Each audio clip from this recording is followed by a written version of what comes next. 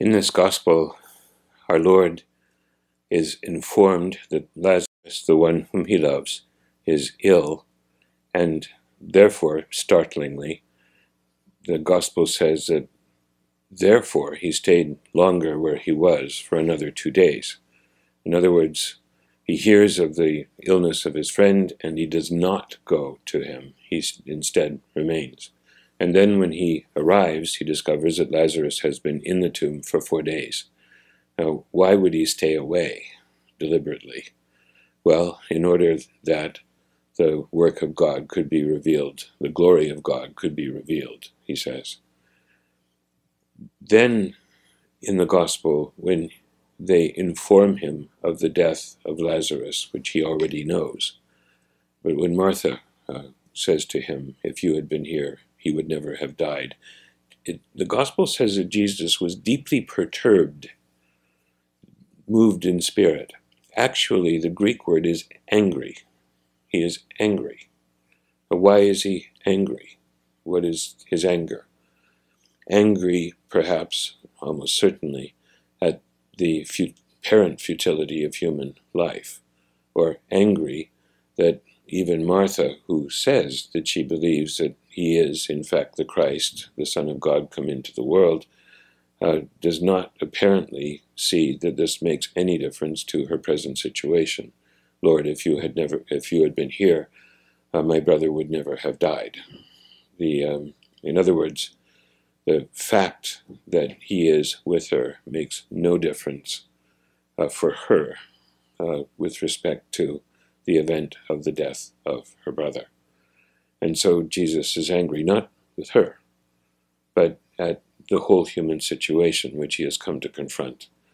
And therefore, when he calls with a loud voice, Lazarus, come out, he is angry. He is, the loud voice is Jesus, in a certain sense, judgment of Satan, of the human condition, of death that has come into the world.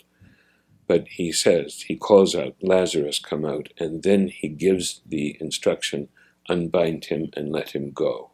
In other words, unbind him and let him go free. He speaks the very reason he has come, unbind him and let him go free. Now, it is exactly that command, let him go free, that our Lord pronounces for each of us. And so, unbind him, let him go free. This is the whole of his mission spoken. It is exactly after this that he prays, Father, glorify your name, and the Father says, I have glorified it, and I will glorify it again. In other words, may what I do glorify your name. And so, this command of our Lord, let him go free, is the command that we ourselves are to hear. So, we are subject to death, let him go free, and bind him. Or we are subject to the death of those whom we love, unbind him, let him go free.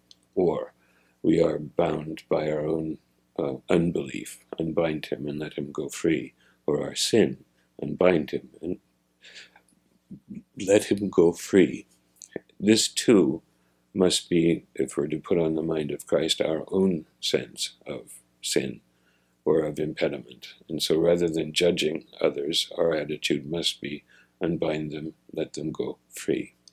Because this really is the work of our Lord, and this work alone is the work that will manifest him in the world.